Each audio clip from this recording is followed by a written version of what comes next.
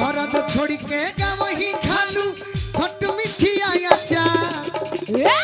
एह सावन में मजा मारे हो भाई हर के याद गई हो बाकी लोक गीत में गई हो। हाँ जी थोड़ा सा सावन में कजरी होला नु। हाँ हाँ चाहे भोले बाबा खाती होला गौरा पार्वती जी के होला बाकी सावन में लोक गीत सुनले बड़ू कि ना सुने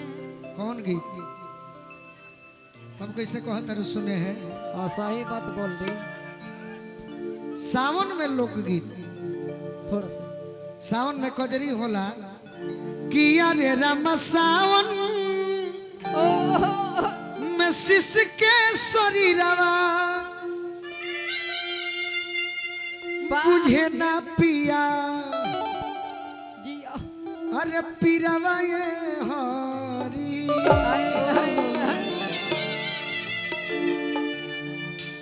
सावन के लोक गीत हो। हाँ जी भोले बाबा खाती अलग गीत होला सही बात है। जिनका के गोहरावल जाई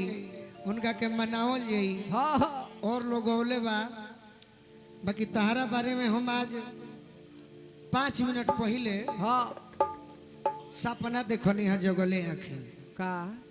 क्या देखे हैं कि तू सावने में का करो तारू क्या कर रहे हैं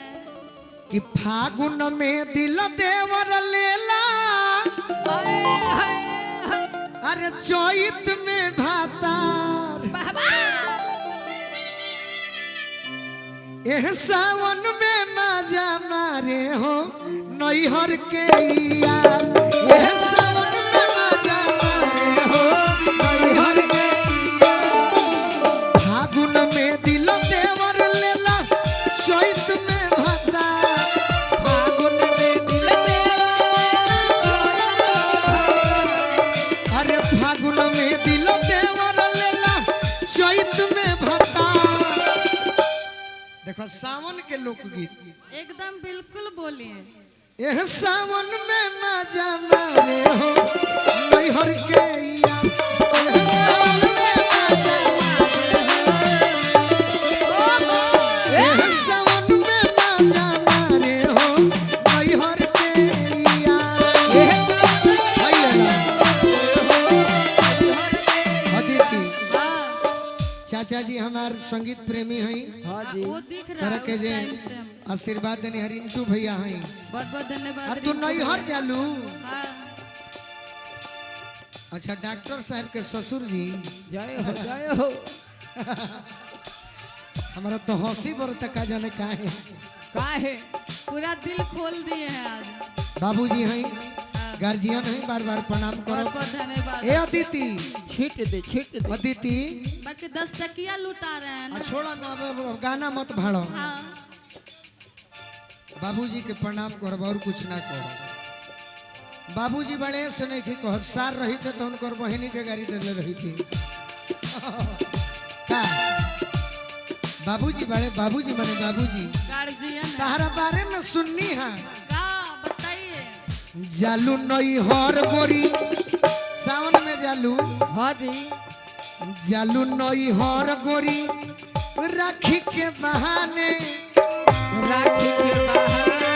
हो राखी के बहाने वही जा मजनुआ संगे खूबे कूदे फाने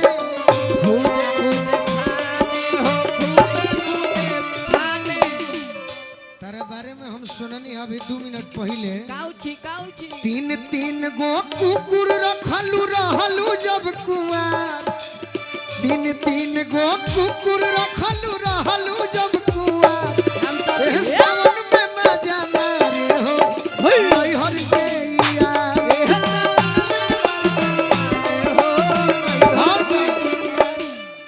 बरसात में का होला सावन में का होला रिम झिम हो खोता सावन के बरसात हो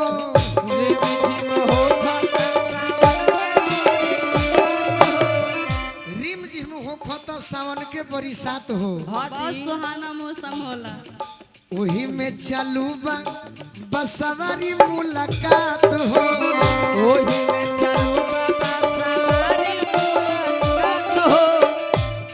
मरद बड़े फौज में हाँ हाँ अच्छा आ तू बड़ू मौज में हाँ जी मरद छोड़ी के गवही खालू अरे खट मीठी आया चार मरद छोड़ी के गवही खालू खट मीठी आया चार एह सावन में मजा मारे हो नैहर के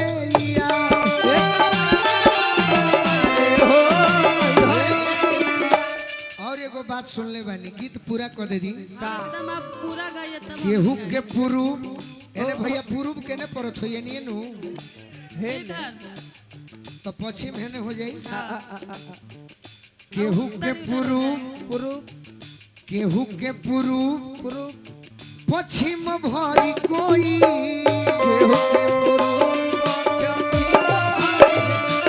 केहू के पुरूब तो पश्चिम भरी कोई हाँ जी आ केहू जब ना आए वाला टाइम पर हाँ हाँ गोलू के बोलाई खूब कर टोआ टोई अभी हम अपना मन नहीं कह जे लिखले बा ओकरा के दोष बा हम जान रहे हैं अति सुंदर बाबा शिकारी नहीं हरया के गरदा देली कबा बाबा शिकारी नहीं हर के गरदा देली कबा ए हो सावन